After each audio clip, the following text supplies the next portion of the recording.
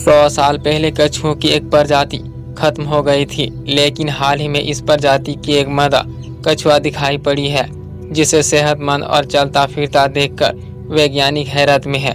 इस मादा कछुआ की प्रजाति सेलोनोडिस फैंटास्टिकस। ऐसा माना जा रहा है कि इस प्रजाति की आखिरी मादा कछुआ थी, जो 100 साल पहले विलुप्त हो चुकी थी।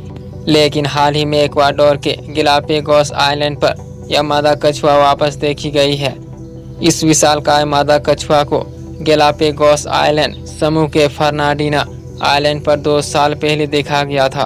तब से इसकी सेहत आदि की जांच चल रही थी। इसे बचाने के लिए इसके खाने पीने की व्यवस्था की जा रही थी, लेकिन जब वैज्ञानिकों ने इस प्रजाति के बारे में पता किया तो उनका दिमाग घूम गया। जिस प्रजाति के कछुओं को 100 साल से ज़्यादा पहले धरती से खत्म घोषित कर दिया गया था, उस प्रजाति के एक मादा कछुआ जिंदा है, वह भी एकदम सही सलामत। यह मादा कछुआ 100 साल से भी ज़्यादा उम्र की है। फिलहाल इसे सांता क्रूज आइलैंड के एक ब्रीडिंग सेंटर में रखा गया है। गैलापागोस नेशनल पार्क के जीव वैज्ञानिक अब ऐसे और कछुओं की खोज करने के लिए मिशन की शुरुआत करने वाले हैं। उन्हें ऐसा लगता है कि यह जिस द्वीप पर देखी गई है, हो सकता है कि वहां पर इसकी प्रजाति के और कछुए भी हो सकता है कि सारे लुप्त ना हुए हो। यह भी हो सकता है कि इस मादा कछुआ ने और कछुओं को जन्म दिया हो। सेलोनोडिस फैंटास्टिकस प्रजाति के कछुओं को खोजने में गैलापागोस नेशनल पार्क के जीव वैज्ञानिकों के साथ गैलापागोस कंजर्वेंसी के लोग और येल यूनिवर्सिटी के साइंटिस्ट भी शामिल हैं। गैलापागोस पार्क ने अपने बयान में कहा कि येल यूनिवर्सिटी के साइंटिस्ट ने इस कछुए की डीएनए टेस्टिंग की, क्योंकि उन्होंने 1906 से इसी प्रजाति के कछुए के सुरक्षित डीएनए से इसका मिलान किया था। उसके बाद 2 साल पहले इस प्रजाति की यह मादा कछुआ दिखाई दी है।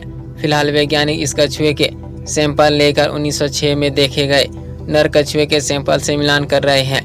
वो ये जानना चाहते हैं कि क्या ये दोनों कछुए एक ही परिवार से थे या अलग अलग।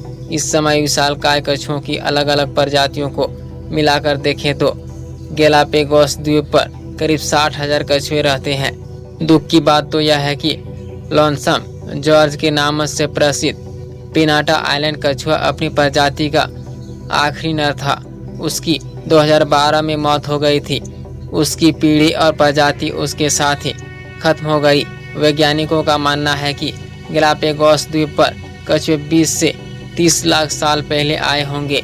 ये दक्षिण अमेरिकी तट से 1000 किलोमीटर की यात्रा करके आए होंगे या फिर किसी सब्जी से भरे जहाज के जरिए यहाँ पहुँचे होंगे।